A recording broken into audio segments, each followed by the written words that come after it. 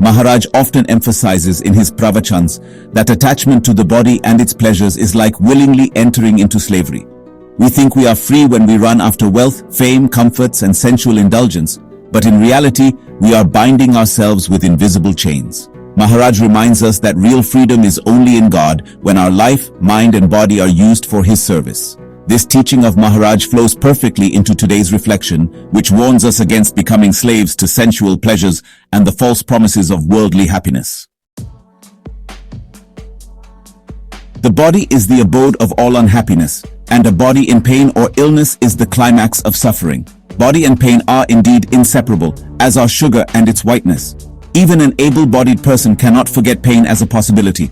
Just as the body has a shadow, equally unavoidable is the presence or possibility of illness.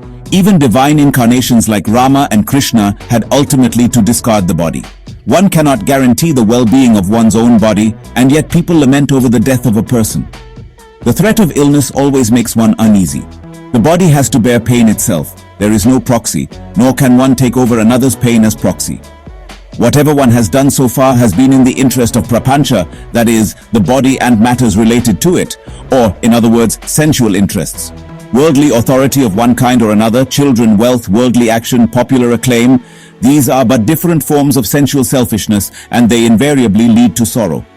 Every effort made so far has aimed at one earthly gain or another, imagining that it would bring one type of pleasure or another, but they are all illusory.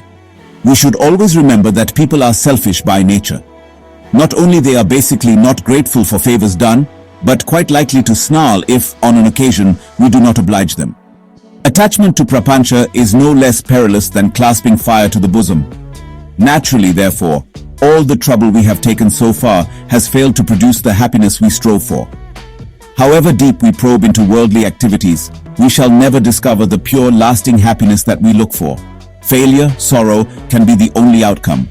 Therefore, we never come across nor hear of a person who has achieved lasting bliss through any worldly means. It is common experience that one has to adopt a servile attitude to one from whom we expect something, and one who becomes servile to sensual pleasures naturally loses true happiness. We get the fruit of the plant that we assiduously water and manure. Worldly life and sensuous pleasures are what we strive for.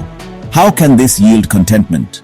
A bitter fruit will not taste sweet however much you roll it in sugar. So too, sensuous pleasures can never yield lasting happiness.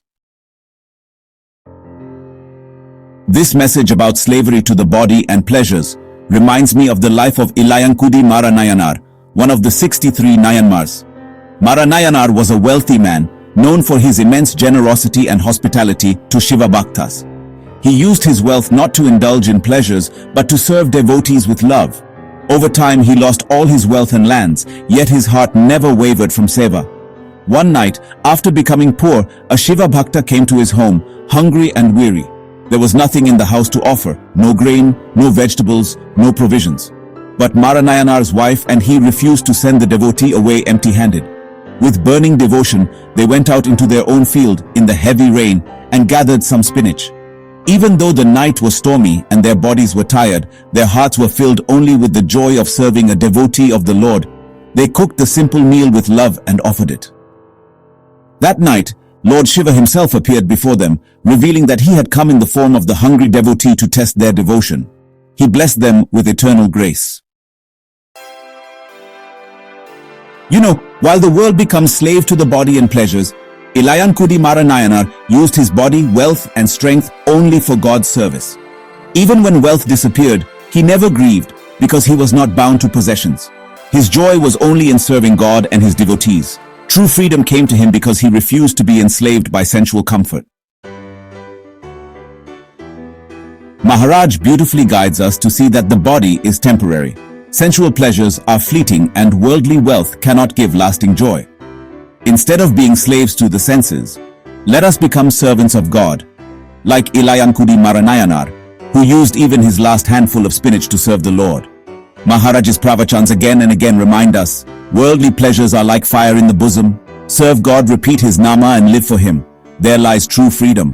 May we pray for such detachment, such service-mindedness and such devotion that no temptation of the world can enslave us.